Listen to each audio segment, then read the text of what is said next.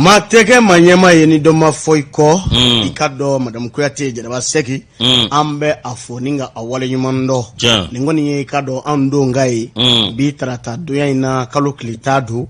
chocho kalo do kwa mako uchukalo samba fla ani muga ani kele lamebo ni flelibo malikono aleni malikoka mamumbe no lube bololo sanfe ni wati na nube kansoro ambu fo kati minajani ka wulika jola sanga ani wati eni ne ambe sijo baminda ukono la musa sa nogo la jos Yusu Traore do kwa mako sui do kwa mako karavati ambi fo ningi wale nyumando ni watina ina nagalingo Michael Jackson wala kote koni ekon mbora circulation ni bisinga amutaji bi bo fa bela jere mabo ko Michael Jackson fi ntale jigana demsonu bollan no fe ko fuko tega tuna etudi ka do bolla ka do sokono ko Michael wulila ko shu wulila ne ngum ngo abega chudi ngum so bi nywande wolo koy etano seru club kala etano seru ya fa bangande ba club la ni watina abel vitasi la jabila de nende sari Yusu ikado ame masara manifo ka wale nyumono Yusu ikado ale de be duguje majuguni manyumambela jelenye atite medugula ka kadogo kuna fondiga fe ni yo wati ka wala bamanga cheina abise be nanzara kala nga aunga kechi ejume kasika wala bamanga la mauka la afya anga nate medugula ka kadogo osratiga la groupe de nouveau daele bela jelenye ikado arajo partenaire chama be mu so ma ananu be kuna foni ninga chare fa bela jelenve arajo dambe kerwani ka ufe ka lameba ufuku wale nyumando arajo benga be ni wati namba alameba ufana fo ningu wale nyumando arajo dambe alebe ka do ka fojije ni njijana ka chedo ukatimina nja baraka ka boko so ba mu fuku wale nyumando arajo yere ko si samarala benga jangine ka fo ninga wale nyumando ninga kema ba kerengere ni ikado malikono petit jangine mabadu jangine morso amba fuka wale nyumando janyo masa bengeni a benge ma wasake fa bengeni ye do frado ka koi na moray amita wole sebugula ikado arajo faso kanu kolomasa beni wati na karim tarawre na frumso ikado flamso amu foku wale nyumando ka aterla ka bela jele foni wati na ikado dandi folimina Yusu na moray ambika do maraka kungo ka fo arajo daka beni wati na yere korke be amba foni nga wale nyumando akawulika jona katimina njala naro FM ambara mo no be kado lagine ka ukofo oluba ansoro ka sabuke mamtu malina ka chedeunye arajo dana ya FM ikado kinyiba flaka sarama abujalo na ka chedo amu foku wale nyumando la jibalo be amba fo akatimina jana ka wulika jola na moray ikado ambi fulini taninta ka nyesi arajo nyele ni la meba bela jele masego ka ufe ka makone fo ka baba maiga fo ninga awale nyumando Yusu arajo wan la membo abe ikado tumia kofo ambe ikado abarakala bela jele fo ningu wale nyumando Jogaga FM yele maninga ufe alamebo ku foku wale nyumando na moray ambe domba FM la meba bela jele fuku wale nyumando ikado karanga ufe ka karanto brifo amanyina ni wati na ikado ka fozumana keta anabara nywa bela jele fu ka arajo la meba ufoyi ka dugutigi fo ka almami fo kamalen charati ko ku fuku wale nyumando ikado buguni ka ufe obe buguni kunganko fo de ambu la meba ufoku wale nyumando muso kundugu fo ne dugutigi fo be almami fo ka kamale njala ku fo kamale kundige wolu fo awo muso kundige fo ani musorobatigu ku fo ku wale nyumando awana Yusu Traore gado ne do ngado eni ne ambi kene minga kelen langolo te fiu Traore marhabani ne ko groupe ne bayindu mandoro sitala ne reka première damu adambe ase kono ni wati na bami ko ka foli fiye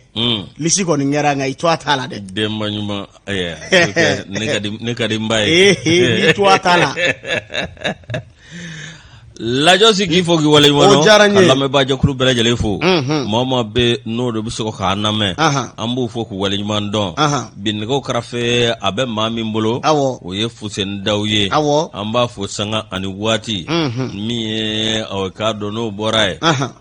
awa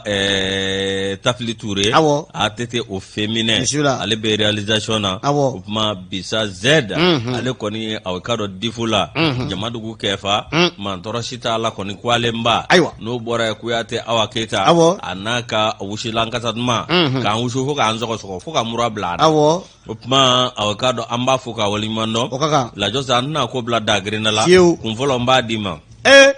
Aminɛ i ye Lagare cɛ fo wa jɔnni Zekɔrɔba kɛ bon ça dépend a fo an ka sɔrɔ ka kunnafoni daminɛ ça dépend n'i k'a fo an ka sɔrɔ ka kunnafoni daminɛ Zekɔrɔba ni sɔgɔma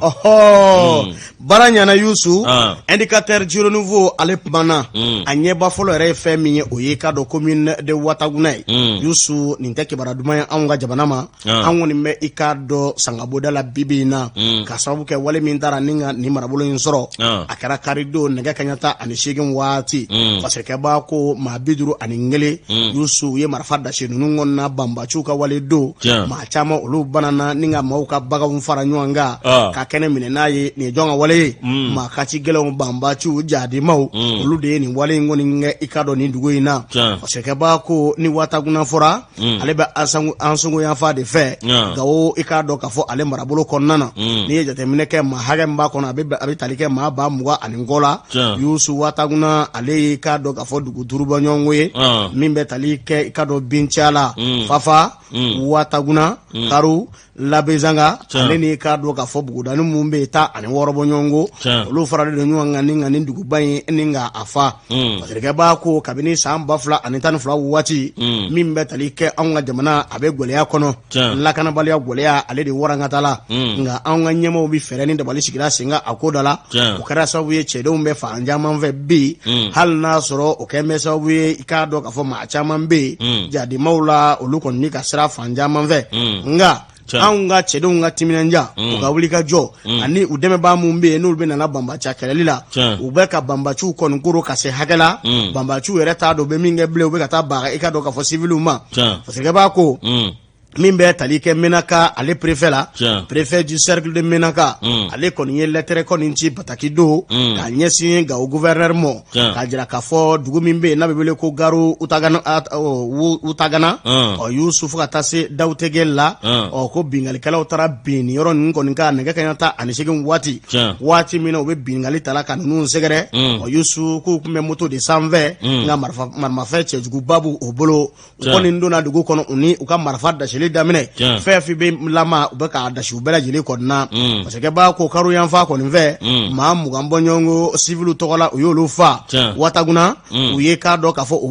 o baara kelen in fana kɛ o yɔrɔ kelen la buguda min bɛ yen n'a bɛ wele ko Dawutigɛl Yusu i k'a dɔn k'a fɔ u ye nin wale kelen kɛ o yɔrɔ kelen fana la nka an bɛ waati min na i n'a fɔ sisan min ye k'a dɔn kibaruya mun sɔrɔla an ka jamana faamaw yɔrɔ olu kɔni y'a jira k'a fɔ maa hakɛ min fagara i k'a dɔn banbaci ninnu fɛ n'u ka kati gɛlɛya wale in ye maa 51 n'u mɔgɔ faga tɛ ninnu ɲɛ sira foyi de ya o ti sa de ya u t'u yɛrɛ ma o bu yɛrɛ ma sa u t'u yɛrɛ ma a fɔra ko maa tɛ se k'i t'u yɛrɛ ma k'i ma ɲɔgɔn fa ala an b'i wele kibaruya yɛrɛ sɔrɔla ka fɔ maa mun fara marifa dasira o kunkolo yanfa de fɛ Allahu akbar dɔw yɛrɛ taara dakuru batokɛyɔrɔw la i ye kow ye sa bon olu b'o la o dɔw kɛn tɛ ka wuli ka jɔ foyi kɛ politiki kɛlɛ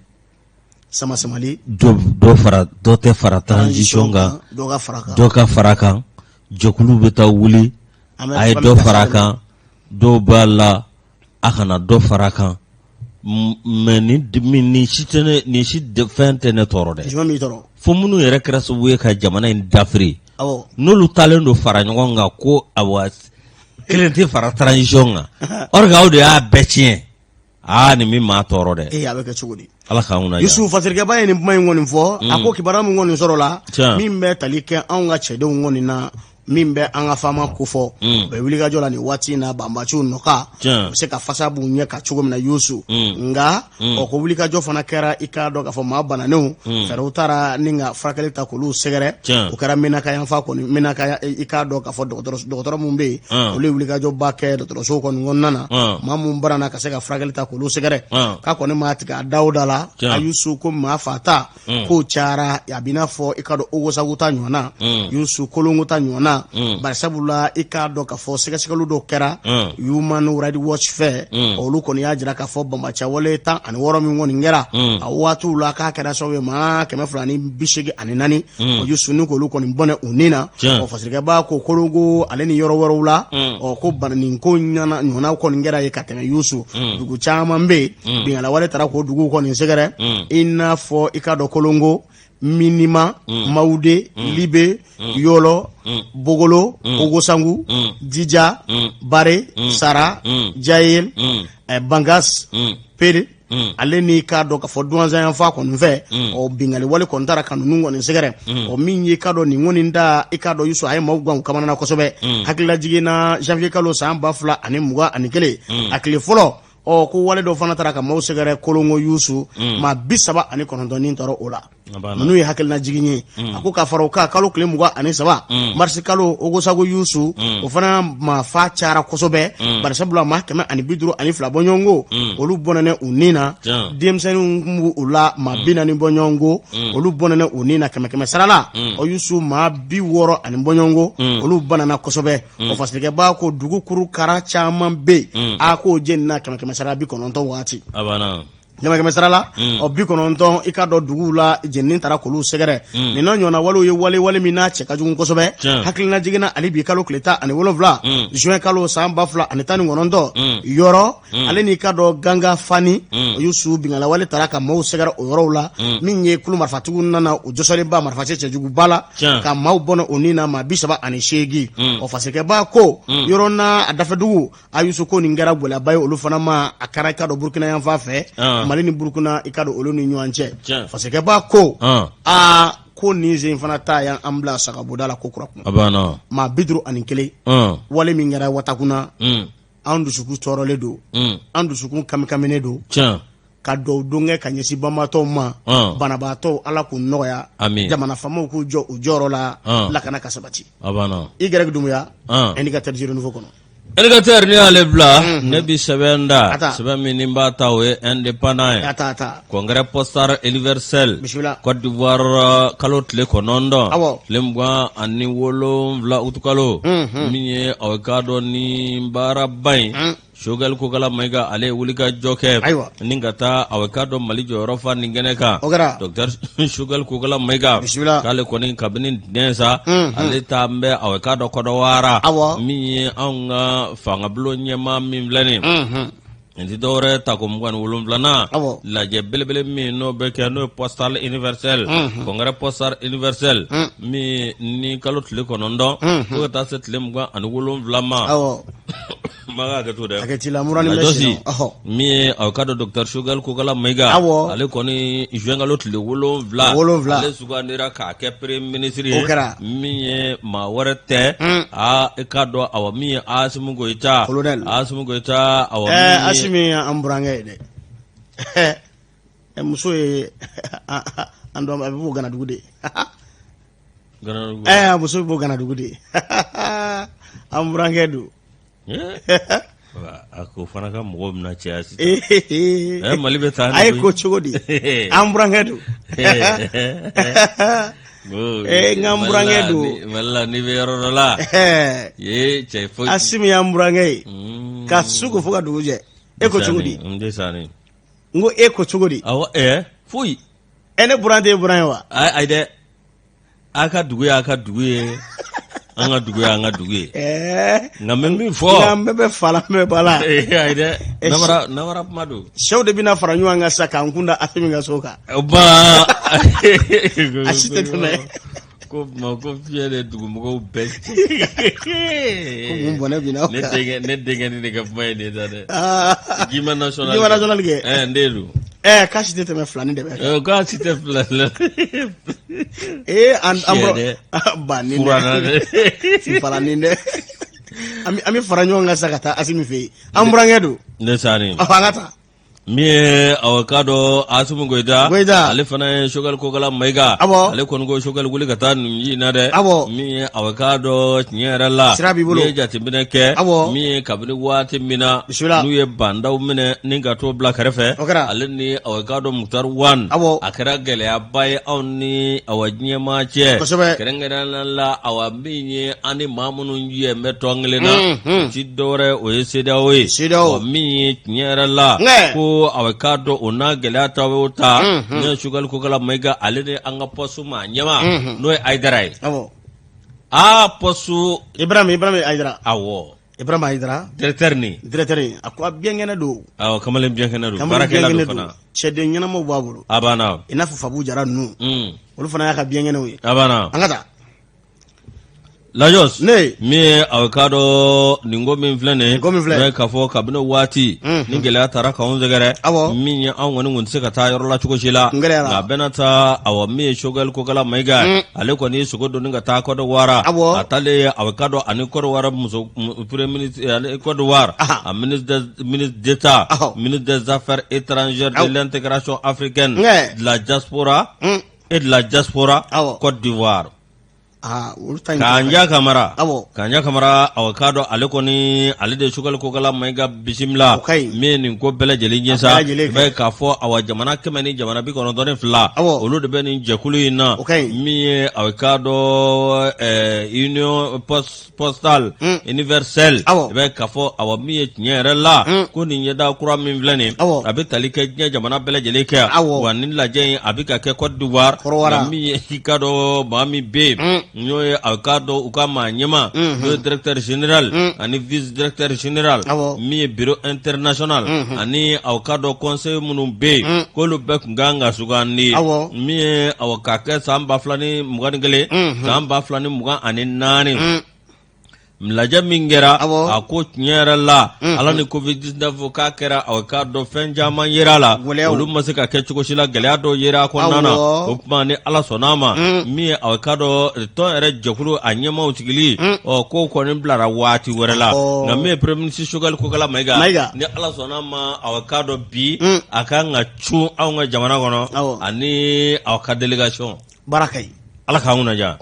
ni sebe Musa Saon Kamara nalika fasiri anya bo eni parangono indicateur du renouveau Alep Mana Youssou ako tentative d'empêchement des épreuves du BT1 et 2 Youssou ni mbele lokol karamogo ukungango kibara aboko fo oni polisu ukarla nywana ako minyi kado ka fo lokol karamogo ye kunungo no be kado BT damine do ko fo oni polisu la ka ko karla nywana lokol karamogo bashite uluka laini kunye kelempede wala sa ikado ka kalango ka abali no be ikado kimeli konu ngofo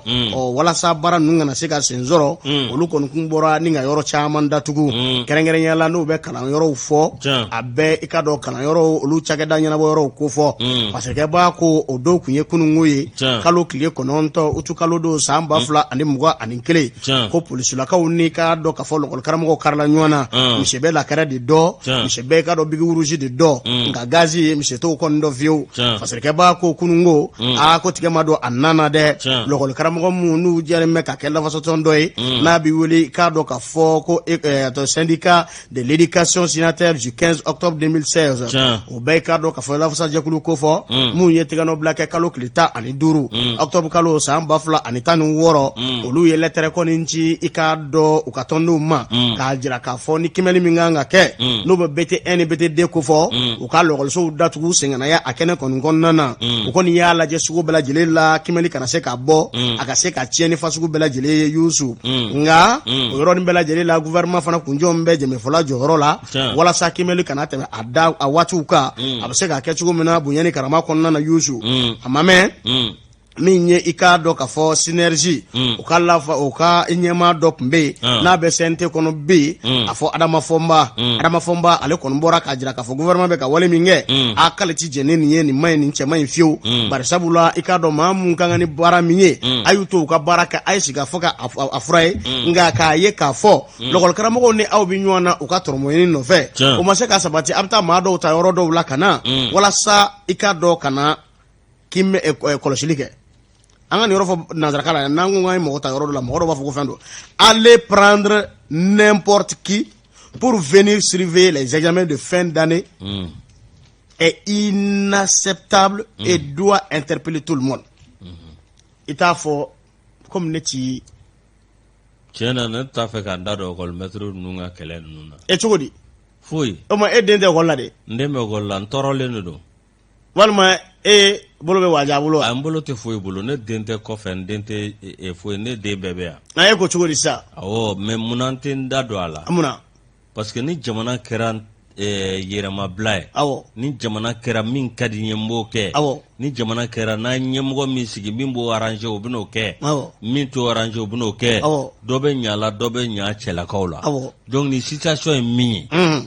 nyere la ni ko kon taraka ne boloda ne ben da dongodo kamiri kan dew naje ko shini nunu be ke chugodi men da dongodo ka an dew naje awo mbe miri opma an dew be ka chugodi yalma no sinima sinngema nan de ngo kuti yafa en génération ma u jotewa o jodo parce que anya tinya kablu parce que donc ay u katame nay check up mai chen ala be logol metria ko tola premier ministre ya ko tola syndicat de synergie ko tola fo tola on be alako parce que antesera antado amake tukobi o dese kai wa dese kandu wala ni jigitike ay bolo di shula ay bolra du sulato tamani fasiri Yusuf metamani fasiri fasiri ke ba kon pumana ko araba fomba kon yene puma info ay puma jme info kata ma do ta ikado ka fo bedala olu kana ikado kolosili kon boloda ko lu ti jena aye ko ni mewele bla bela jele mo hukumu konnana olu ka barabla mi nu yanga ni asiri Yusuf ko tonde unga to nyema ko wi puma mi info kasi ko waleya no ye kata kalanso kon ndatugu Osman Almudu amedomine ko mi be ale kon ye puma sentigi synergie to kola ale ba puma ka kudu sugu torolo be article 39 alla wala baliyala konna o de kembe sawe kana ni gola e bibi na oni jamana fama oni nyanje be gade ni benjamin gata non non ibeka ya benjamin gata je suis d'accord avec toi mais meilleur de là anga kien fo sera jamana ko ka sharia batu isu ni anga la mesa ne e fetige fe be mena uruje be mena ni temana mumekila ne mi sura la yere no imanga nyangiwa o na ye sharia ta ko ausona e mumbo oba mable no iwaro mino ne ma fongo abayne way mais domina ibeka ba foko article 39 ka sona bi ibeka be siga ka so de ka wasura akodale no denena ma be yele bio aya way aya fo wasura docteur Boubou Cissé sigile no ma be kwa à son temps Boubou yere sigile Boubou ni Boubou ado fo Boubou kinabi mine parce que ministre de l'économie no ale de be jamana sorodo ale de be jamana tabuludo onna fara ko nimbe takata tualega do Boubou hinado la makardo na akara CCB kono wallahi ledu taraya puma fo ambe pumbe ado abana o ko aminyana mais na be nya ka be ntugoina o mamu yere tamake ni okol kramo ebi olu bolo de be chalo shokel bala abetalike ministre mimbe l'éducation ale bala na ga wele ka bla président la fola ko toro nyana bokata yango no gwanende ni me amake chugudi ala ka nguna ja sarge nte jamana fere ama antisika ni minimum sarge jamana fe jamana takachien ngasira tala odedi mais moko be yina fe noko de surtout ni be ton kuna il faut faire attention il faut ka fe no ke ton kuna kit e te nyomo be ko do ke bi avec yena ka be dambi dorma non avec botona avec gola bayma sini machine ngene ma parce que akuma be do la be fuyi ide umba me imode umba me fembe ba me Yusuf fasirga ba apmana Usman Almudu ko lu ko ni ma info ka tibla fa bala jilin fe ka tonde bi yoro ko ka logol so datugu ko kana da doroma de min ye chakada mu fana be no be logol so ko ngo ke bara fo akademu chamantara ikado olu daw mina koy nga jaja bo posila kawo olu fana kuna somda kabla ka jira ka fo logol karamo aha uko ni mise ku ga gara fuke ka moko ni mbali o ko bara ufana tsega sigisi ngade o amanya mingo kunungo o gazi ni biguruji ani la kara olu kon karala nyona hal na soro metri do kon bulla kata kuka veritu lunatique ay ko ngele la ko sobe o ka kon ma tiga dawda la mamu mbe lolu be yeli ke oro jamve olu kon yajira ka follo ko be tala to mina bi kum min fana bora la kunungo aka bisongo agwele ya bi sika fo min fora ko kanga layini gouvernement ni logol karamo no nyuanche o ka se ka bo abana k'a bɛ gɛlɛya don o la kosɛbɛ. Ala k'an kunna ja. Bala Sumaya Tarawele ni y'a ka fasiri ye. Ala k'an kunna ja. Lajɔ si an bɛ sɛbɛn da. Sɛbɛn min n'an b'a ta o ti dɔ wɛrɛ ye. Reporter o y'an don a kɛ Kasimu Tarawele. Kasimu ba a ka dɔn nɔgɔnin belebeleba. Min ye a ka dɔn Kasimu ye. Ale a ka dɔn ale ka gafe don. PRVM awa Mamadu o Sisogo. Nyɛrɛ la a ka dɔn ale kɔni ye patron ale bi dɛ. Jo dira a ma. Min ye a ka dɔn tribunal la commune 6 district de Bamako. I ka dɔn PRVM fasoko. O y'a jotigiya. U ka kɔngɛrɛ min kɛra min ye a ka dɔn décembre kalo tile 26 san 2020 min ye a ka dɔn nin kɛra u ka kɔngɛrɛ min kɛra décembre kalo tile 2020 waati la min ye ani ka dɔn min kɛra san 2021 k'olu bɛɛ lajɛlen a ka dɔn ko bɔra a ma ko annulé la min ye tiɲɛ yɛrɛ la i ka dɔn maa dɔw bɛ yen ni olu kun ye parti tɔndenw ye n'u kun ye a ka dɔn jalaki ta k'olu sɛgɛrɛ k'olu bɛɛ lajɛlen seginna parti kɔnɔ min ye nin ko bɛɛ lajɛlen ye parti a ka dɔn tiɲɛ yɛrɛ la min ye a ka dɔn tribunal o kɔni y'a jira k'a fɔ bureau kɔrɔ min bɛ yen n'o sigira avril kalo tile 2 san 2016 fo ka taa a ka dɔn k'an ka san 5 kɛ ko bureau kɔrɔ kɔni ko tiɲɛ yɛrɛ la ko bureau de lakolonlen don wa min ye a ka dɔn ko ni ye a kuma wɛrɛ mɛn maa da o tuma a bɛ don e ni kiri cɛ nka min ye kiri kɛlen n'a fɔra ko jɔ dira a ka dɔn Mamadu Siribe ma Mamadu o Siribe ma a jarala ka Mamadu o Siribe a ko ale tɛ disi gosi ni a ka dɔn nin jaabi ye dɛ ale bɛ fɛn min fɔ dɔrɔn n'a ma ɲɛ k'a fɔ a ko gɛlɛyara o yanni an ka taa kɛ ɲɔgɔn sama-sama ye k'o de y'a lase a ka dɔn kiribulon na dɛ min ye n'a ma ɲɛ k'a fɔ ko kiri kɛra bɛɛ lajɛlen de ye tɔnden ye parti tɛ maa kelen ye président bɛ bila parti kɔnɔ ka k'o latɛmɛ de min ye bonya ni karama kɔnɔ nka parti ye tɔndenw de ye ale bɛ min ɲini a ka dɔn parti tɔnden bɛɛ lajɛlen fɛ u ka lajɛ k'u tɛgɛ di ɲɔgɔn ma u k'a dɔn awɔ min ye tiɲɛ yɛrɛ la u ka baara kɛ ɲɔgɔn fɛ u ka jɛ ka don da kelen fɛ ka bɔ da kelen fɛ k'o ka fisa ni a ka dɔn sama-samali ni ɲɔgɔn buruja ni ɲɔgɔn cɛ ani ɲɔgɔn buruja ko nafa tɛ nin si la o tuma bi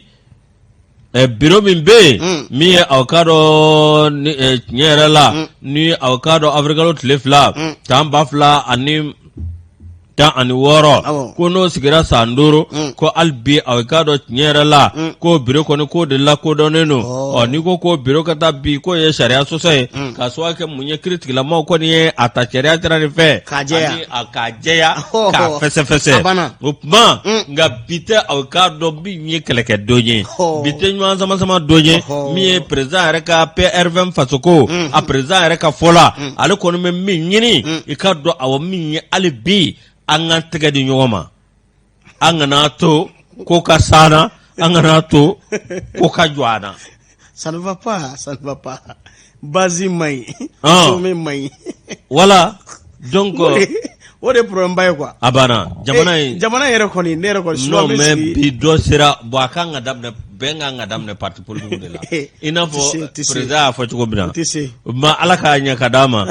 ala ka sababu ɲuman d'a ma ni ye jamana in ye hali bi ala k'a basigi reporter an ni sama ka bɔ ale kɔnɔ bi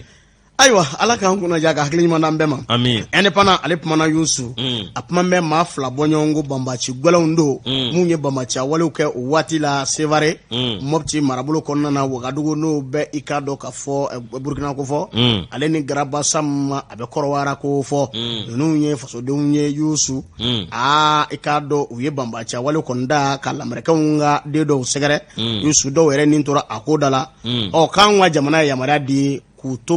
lamɛrɛkɛnw bolo u ka taa yen ko n'u minɛ ka tulonkɛ n'u ye yan nɔ o wari bɛɛ bɛ bɔ o wari tiɲɛw de quoi u k'u bɛɛ fɛn. Le Mali accède à la demande d'extradition des États-Unis d'Amérique des terroristes. An ka surasiw dɔw bila olu k'u don u ka fini ninnu ɲɔgɔn na wa ka u yɛrɛ kɛ population ye a ko in bɛ ban ten ne ko. E k'i bolo da i dusu la Traoré bolo da idusu la ko na atabolo kondo abi fam ala ma son ko bi noya Yusu min ye ka do Fahaz na be wele Ibrahim Dis ale ni Mimi Ould Baba nunu ngoni yamara dira an ga jamana famaw fe o katanu ye l'Americain jamana ka l'Americain magobu ula do warate o ye bamacha wale gole munke ninga farafina jamana o segere asimve l'Americain ga dendo olu nintora akodala o kiri ko mago na jo ula ikado nyama o yesra ko ndi parce que ba ko kabini kalo kle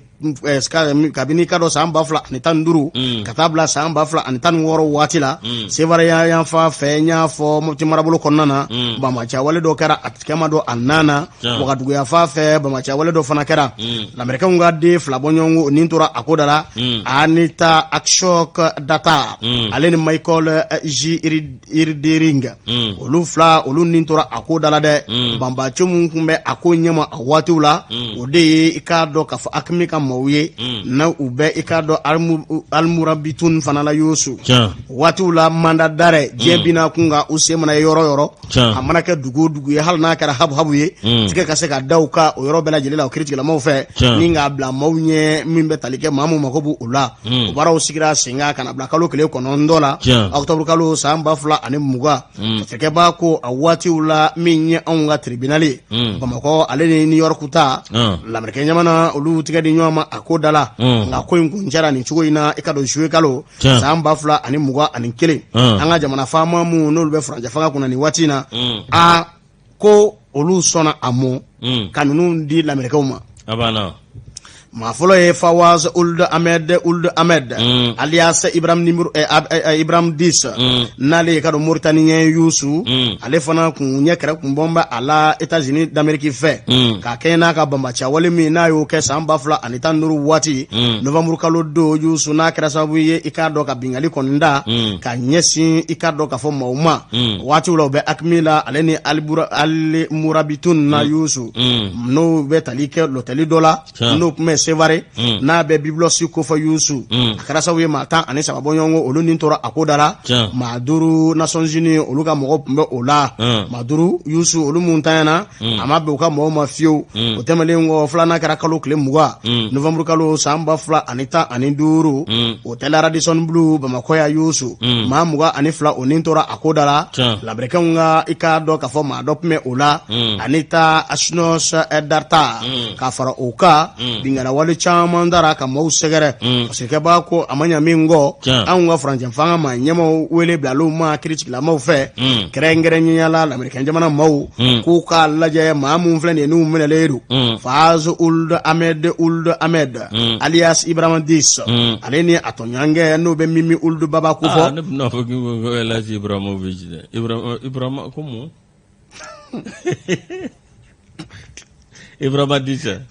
Ibrahim Dis dedo Fahaz Ould Ahmed alias Ibrahim Dis ubeto ko kele fo lingile Fasika ba ko ka hakilina jinge doron ka fo Fahaz mi na anya ale to afo andala sisa samba fula ani muga wati an ga jamana kunya mine ninga adatugu ninga ka kiri boloda ka shika so kan nge Youssou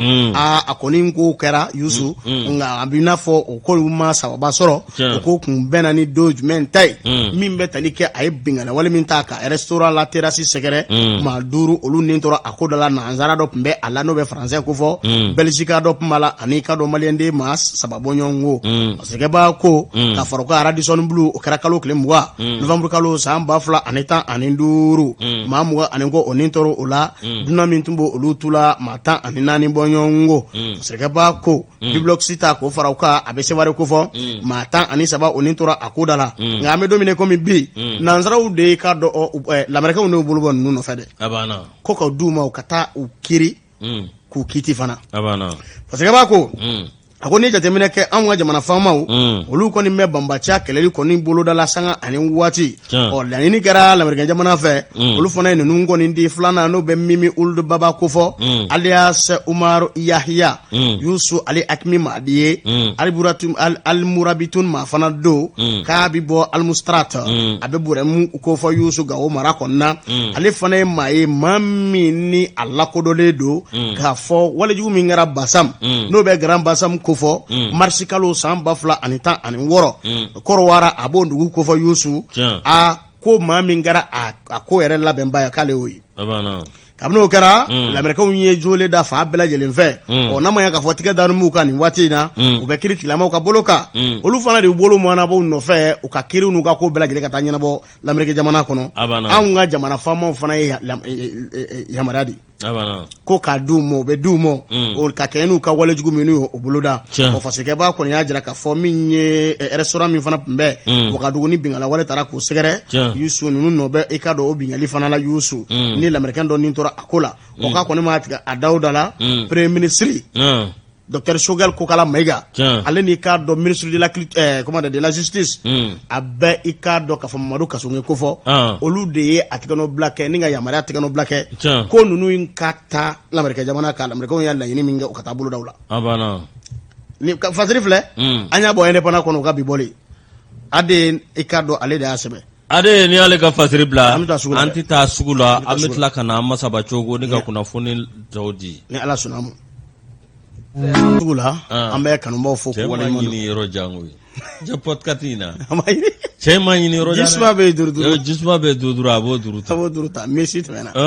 Messi tɛmɛna numéro 10 a y'o ta le meilleur joueur du monde le plus grand joueur de tous les temps e ni Nabaru bɛnna o kan wa Nabaru ye jɔn ye Nabaru bɛ ballon t'a dɔn a jiw nka n ko waati y'a sɔrɔ kati sira bilenlen don dɛ a kun tɛ kati senbilenninw ya olu fana bɛ bɔ jiw nɔgɔlen de kan n'u ko kati badi ninnu a ka kuma kɛ an bɛ ka dɔn Sori fo ni waati in na i ka dɔn Sori Samunu ale de kɔni ye labɛn nin cogo in na dɛ an bɛ a fo ni ka a wale ɲuman dɔ danti Sori Samunu ka fo ka wale ɲuman dɔn min ye lajɔ se an ka taa Kayi an b'an ka cɛkɔrɔba fo ye k'a ka dugawu k'an ye n'o ye Aminya ye an b'a fo an b'a fo sanga ani waati ko Ala ka sijan ni kɛnɛya di an n'a ma lajɔ se ale bɛ sigi a mɔdenw de kɔrɔ min ye hali ni min kuma na aw ko k'i da de k'a bɛ ka gafe lamɛn a banna o tuma k'a dɔn an ka jɛmukan kanuba an b'a fo ka wale ɲuman dɔn lajɔsi an bɛ groupe commerce Abulayi Mayiga an b'a fo ka wale ɲuman dɔn nka yanni an k'ale fo fɔlɔ an bɛ taa pharmacie kura verte la ka foli kɛ ka tila ka n'a tɔ ni de Abulayi Mayiga a banna ka foli daminɛ Madame Jalo la ni ka kuncɛ ni Abulayi Mayiga ye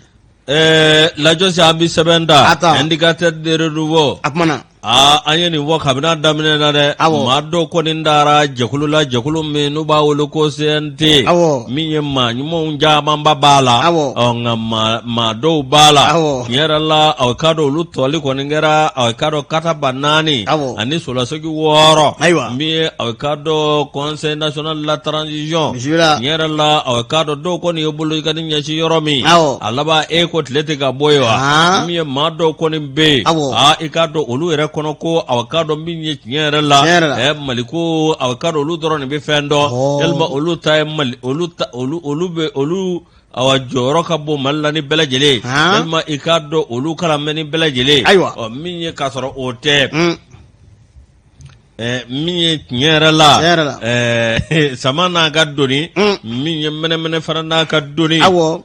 lajɔsi min ye aw ka dɔn Ben le Cerveau o tɛmɛnen kɔ ka bɔ yen o wulikajɔ min kɛ aw ka dɔn ka ɲɛsin Faransi ma n'o kɛra aw ka dɔn min ye doninkabɔ caman ye n'o tɛmɛna ka bɔ yen Isa Kawuji o ye kuma caman fɔ min ye aw ka dɔn ale Asimu Goyita ale ka kɛ candidat ye aw ka dɔn min ye o y'o kuma fɔ ka sɔrɔ min ye bɛnkan sɛbɛn min bɛ yen o b'a jira k'a fɔ Asimu Goyita i ka dɔn ale tɛ se k'i kan bɔ bilen n'o bɔra yen min ye aw ka dɔn maa dɔ bɛ yen o fana kɛn bɛ kɛɲɛkɛ ye dɛ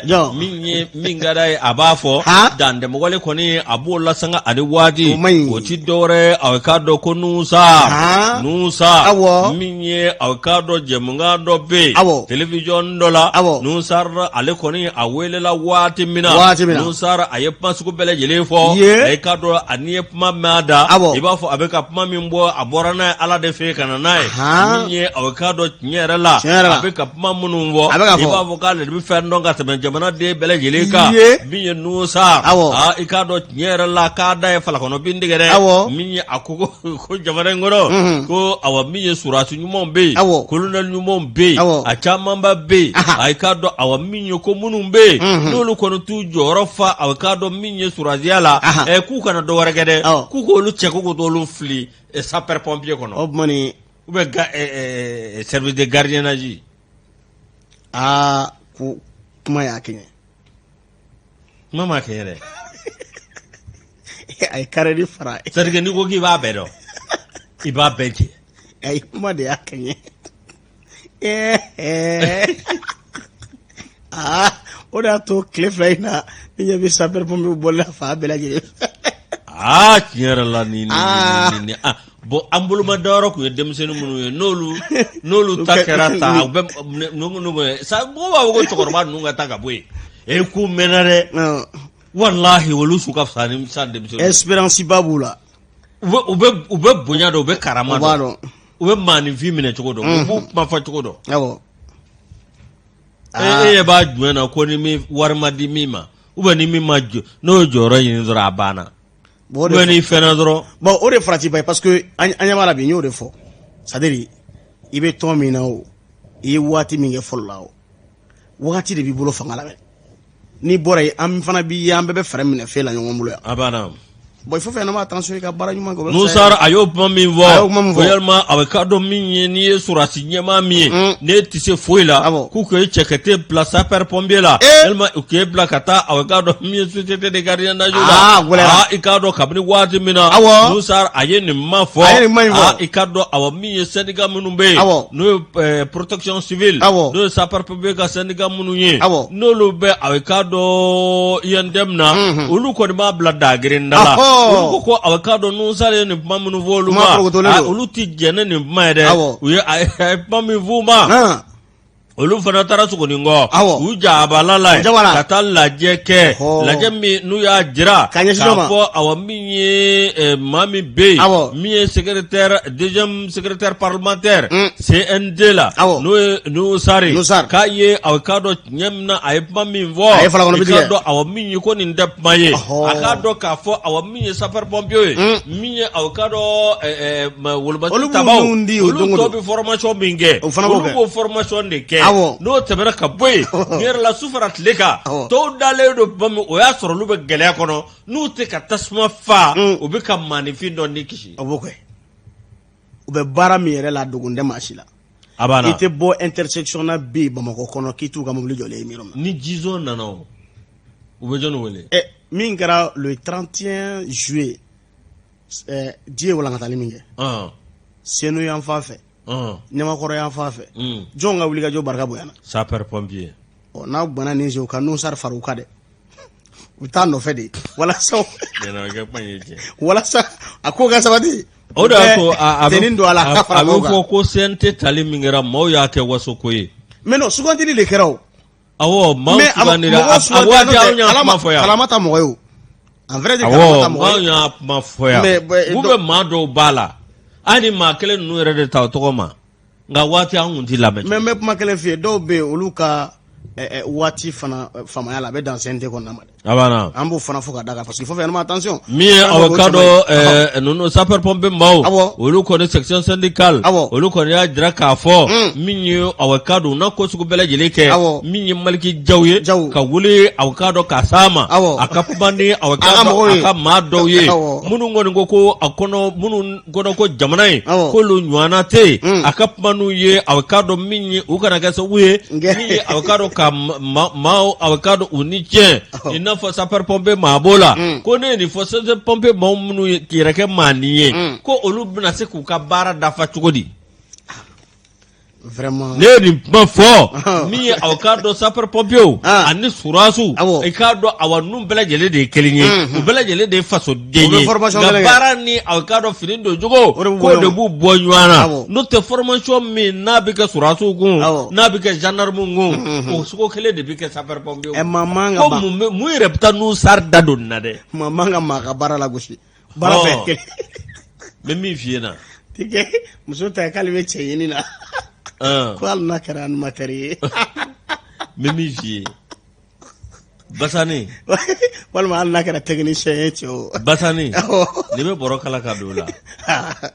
i k'u bila yɔrɔ bila i k'u bila yɔrɔ dilan a la n'o tɛ a bɛ kɛ baara ye bolo i mana taa yɔrɔ o yɔrɔ n'i bɛna don fɛn fɛn na diɲɛ kɔnɔ gasini to yen i k'i yɛrɛ majigin a kɔnɔ i ka sabari i ka ko dɔw to yen ne yɛrɛ m'a dɔn kabini Nusara y'a fɔ n sigi mɛ ka jabaranin lajɛ n jatigɛra e ko nin ko tan tɛ ne ko n ko nin mais min f'i ɲɛna va en France aux États-Unis mɔgɔ de bɛ kɛ jo kɔrɔla ye wa a tɛ ku i la surtout sapeur pompier Mali kɔnɔ hali ka kɛ sapeur pompier i bɛ sɛgɛsɛgɛ de ka jateminɛw kɛ i ka ko bɛ cogo di o kɔrɔ tɛ o maaw sugandire n'ale bɛ taa nin kuma fɔ n'a yɛrɛ ka nin kuma fɛn dɛ affaire à suivre o de n'ale ka fasiri ye mais i dɔgɔkɛ dɔ i bɛ se k'a bilasira o ayi donc mais min f'i ɲɛna ni ninnu ɲininka bi u t'a fɔ Ala ye min k'anw ye o ye kɔrɔya ye n'an kɔrɔyara ni Ala de y'o kɛ e tɛ se k'o ouais mais ne bɛ fɛn dɔ f'i ɲɛna n bɛ fɛn dɔ f'i ɲɛna tuma bɛɛ n ko ni zira kelen kelen ŋɛɲɛ t'a la mais n'i y'a ci denmisɛnnin kun a dun cogo b'a kɔnɔ gan parce que a b'a fan bɛɛ ŋɛɲɛ a t'a dɔn min ye mais maakɔrɔba mun yɔrɔ minnu sɔrɔla Guanzan na yari i bɛ taa kuma Guanzan de fɔ la ale ye nin sɔrɔ Guanzan na n'o tɛ ale place yɛrɛ tɛ Ala ka ɲɛ mɔgɔ ɲɛnamaw bɛ CNT kɔnɔ dɛ maa kalannenw maa kodɔnnenw minnu bɛ maa gasi sigi nka kabini walahi an ye Nusara ko kuma in fɔ yan ka Bɛnle Sɛrifu ko kuma in fɔ yan ka Isa Kawo ko kuma fɔ yan Maliyɛnw y'a filɛ k'anw ta hasidiya ni ɲɛngoya ye o tɛ k'an bɛɛ bɛ ɲɔgɔn na jamana in kɔnɔ sa Ala k'an kunnadiya tɛmɛ ni fasiri ye ayiwa indépendant ale kumana an ka tɛgɛrɛ fɔ 9e arrondissement cɛdenw kun maa 6 bɔ ɲɔgɔn ko baara wɛrɛ kun t'olu la ka maaw ɲɛda ka sira tigɛ u la k'u bolofɛn min darage u la commissariat du 9e arrondissement a y'u suna a ɲɛmaa ye bibi in na a satigi kamisogo ye sibiri don kalo tile 7 uti kalo san 2021 satigi a n'a ka cɛdenw ye munumunu salo bɛɛ lajɛlen kɔni kɛ Sebenikɔrɔ yan fan fɛ Kanajigila yan fan fɛ Yusu kɔrɔ ka sɔrɔ maa dɔw bɛ olu bɛ ka maaw gan o kamana maa dɔw bɛ taa fɔ polisi la ko maa dɔw kɔni ɲɛda ka n bolofɛn minɛ na maa 6 bɔ ɲɔgɔn ko olu kun labɛnnen bɛ don nin kama koyi maa bɛɛ Sebenikɔrɔ maa bɛɛ Kanajigila olu de bɛ bingali ta ka maaw sɛgɛrɛ munumunu salo kɔni kɛra i ka dɔn satigi kamisogo a n'a ka cɛdenw fɛ kuma fɔra a ye a ko a ye nin ko in to ta i ka dɔn baara min kan ka kɛ n b'o kɛ a y'a ka cɛdenw bila ka taa i ka dɔn min bɛ tali kɛ sokɔnɔɲɛw la Yusu bɔlɔnkɔnɔnaw k'a bɛɛ lajɛlen fɛsɛ a y'i tɛgɛ da maa 6 kan maa 6 a y'i tɛgɛ da olu kan Yusu k'a kɔni kɛra sababu ye maramafɛn cɛjugu yɛrɛ u bolo min bɛ tali kɛ pistolet la PA ka fara u kan min ye bamanantan ye sɛworonin o fana yer'u bolo ko Yusu maa ninnu ko sanga ani waati u bɛ bingali ta ka maaw sɛgɛrɛ jaja min bɛ tali kɛ i ka dɔn brigade de recherche la olu tun bɛ k'u nɔbɔ dɔɔni tigɛ bɛ se ka da u kan cogo min na nka an bɛ don min na komi bi commune 4 na tribunal ye u ka ko b'u bolo ninnu kan ka kiiri de min kan ka k'u la ka tila k'u k'u la cɛden 6 zonkwalebaw don zonjigibaw don baara wɛrɛ kun t'u la ka maaw ɲɛda Sebenikɔrɔ Kanajigila ani yɔrɔ wɛrɛw kɔnɔna an bɛ don min na komi bi Yusu k'u y'u minɛ u bɛ fanga tigilamaw bolo nin ka ɲi wala nin ka ɲi so a b'i minɛ kuma bɛɛ caméra de surveillance tɛ aw to yen mais u bɛɛ la ja ka gɛlɛn mais n'i ka baara kɛra ye mɔgɔ ka baara bɛ kɛ suyɛli ye mais u ka baara de don ni bana baara bɛɛ ma fo walita mais est-ce que wala population bɛ se ka nin fu siri nin na quartier bɛ Bamakɔ yan den dɔw bɛ quartier dɔw kɔnɔ bɛɛ b'a dɔn ko nin cɛnin ye zo ye u b'a fɔ ten de ko zo don k'ala bɔra kaso la mais hali sisan fɛn min b'a bolo ko mɔgɔ fɛn na a ye taa tigi fɔ kaso a t'a ɲɛfɔ mɔgɔw ye polisiw laban ye n'a taara ɲɛfɔ polisiw la dɔrɔn a ka dabɔ kuma la pewu olu b'u k'an kɛ tigɛ ka t'u tigɛ da u kan a bɛ lafiya sigida la Kaimandene an b'ale ta min ye conseil économique social et culturel min ye a ka dɔn CSDM a ma ɲɛma o kɔni o ma jɛni a bɛ si la ale ka sugandili ye cogo si la conseil national de la diaspora malienne CSDM a wajuma don min ye olu ye kunnafoni di kɛ kunnafoni di ka dɔn u y'o min kɛ min ye a ka dɔn CSDM a min ye tiɲɛ yɛrɛ la min ye a ka dɔn fɛn min bɛ yen maliyɛn de l'extérieur aw ka dɔn ko maa dɔw ta min ye aw ka dɔn tiɲɛ yɛrɛ la ka bɛɛ lajɛlen to yen min ye k'olu ta k'olu do conseil national conseil économique social et culturel mi ye ni kunnafoni min n'a dira min ye awakado Muhammad Sherif Aidara ale de kunnafoni bɔ k'a bin dɛ min ye awakado a n'a ka bureau maw min ye Mali diaspora tɔgɔ la e ka dɔn a kuma na a ko a bɛ san 20 bɔ min ye conseil économique social et culturel min ye awakado tiɲɛ yɛrɛ la a ko ninnu kɔni b'a la nka o jɔyɔrɔ tɛ ka ngolo fa dɛ n'o tɛmɛna ka bɔ yen min ye awakado conseil économique social et culturel min ye awakado k'a ye san waatinin kɛ min ye ɲɛmaa kɔni kun da la min ye nka ɲɛmaa kɔni sigira la o ye Yewa Katile ye min ye Abibu Sila i k'a dɔn tiɲɛ yɛrɛ la k'a man ka ye kɛ cogo si la min ye au conseil des collectivités territoriales a man ka ye awakado conseil économique social et culturel du Mali a man ka ye o kɔnɔ min ye awakado tiɲɛ yɛrɛ la ka sababu kɛ mun ye ko a ka mandat bannen don awakado malien de l'extérieur la dɛ min ye awakado kabini waati min na Abibu Sila k'ale kɔni bilara awakado min ye nin yɔrɔ kofɔlen na ko min a ka mandat filanan o kɔni banna awakado tiɲɛ yɛrɛ la ko banna a bɛ san 1 bɔ min ye awakado maa ɲɛmaa kɔni nin fɔ ne Sherif Aidara ye a ko awa min ye au conseil des Maliens de l'extérieur o min filɛ nin min ye awakado ka ɲɛmaa o sigili min kan ka kɛ i ka dɔn kalo sa nata in na Muhammad Sherif Aidara a y'a jira k'a fɔ min ye awakado ko caution ko million da ko min u y'o yamaruya k'o kan ka bɔ a la cɛ Malien de l'extérieur caution million da n'i bɛ kɛ maa ɲɛmaa ye bɔn dɔw bɛ yen i b'a sɔrɔ hakilina b'u la u bɛ baara dɔn u bɛ se ka baara kɛ ka ɲɛ mais million tan t'olu kun ni kɔni ye dɔrɔn ka tɔ bɔ a la ka kɛ sɛbɛn mun ye sɛbɛn min ni se tɛ ye dɔrɔn ni se t'i ye dɔrɔn k'i bolo bɔ a la k'a sɔrɔ hakilina ɲumanw bɛ yen cɛ man ɲi n'o tɛ conseil malien de o conseil malien de l'extérieur a sigira a san joli ni e y'u ye ka mun kelen kɛ foyi u ka gɛlɛn foyi u ka gɛlɛn bisimilah so kan ka ninnu dɔw to yen ka ko taa fɛn ta Côte d'Ivoire ninnu kan quoi exemple ta Côte d'Ivoire ninnu mais u b'a fɔ k'u bɛ fɛn na don jamana kɔnɔ dɛ foyi hali taara Côte d'Ivoire e tɛ se ka fɛn ci parents ma o wariw de don koyi n'o tɛ a bɛ kɔnɔ ko olu yɛrɛ de bɛ baara kɛ ka wari minɛ mɔgɔw la ka n'a di yan mɔgɔ de b'a c'u ka mɔgɔw ma Malien de l'extérieur wari min na to jamana kɔnɔ a secteur ninnu dɔw kɛra wari duyɔrɔ ni wari tiɲɛyɔrɔ de n'o tɛ nafa t'u la bilen wari min bɛ bila o ka bolo kan amana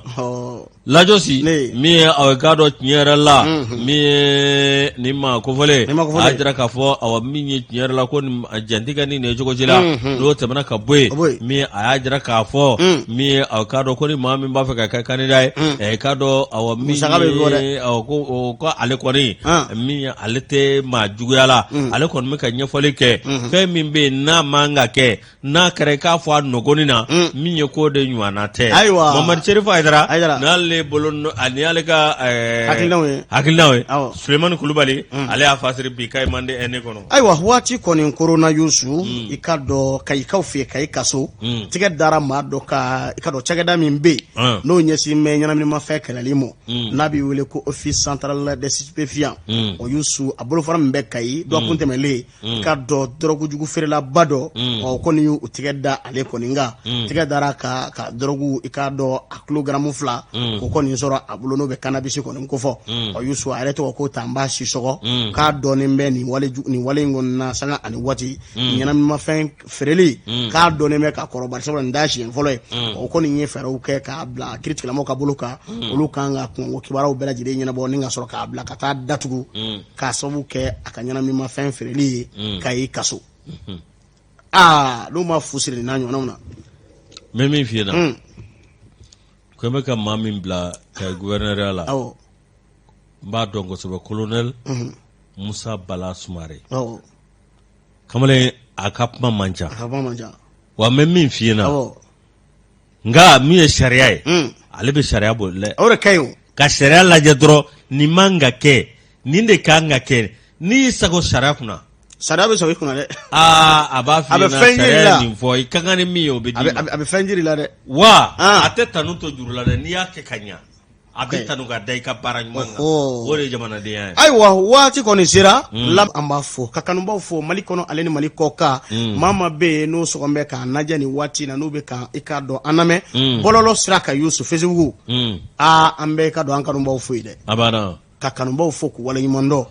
Sori Kɛmɛso awɔ an b'a fɔ k'a waleɲuman dɔn an ka Basigina Keyita Janginɛ Keyita Actrice Aluja ka Kɔna Sori an b'a fɔ Sori Tarawele an b'a fɔ k'a waleɲuman dɔn Sori saba de bɛ Kɔna n bɛ min dɔn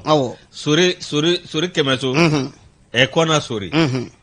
Kɔna Sori Kɛmɛso Sori Tarawele Kɔna Sori Tarawele ani Sori Jakite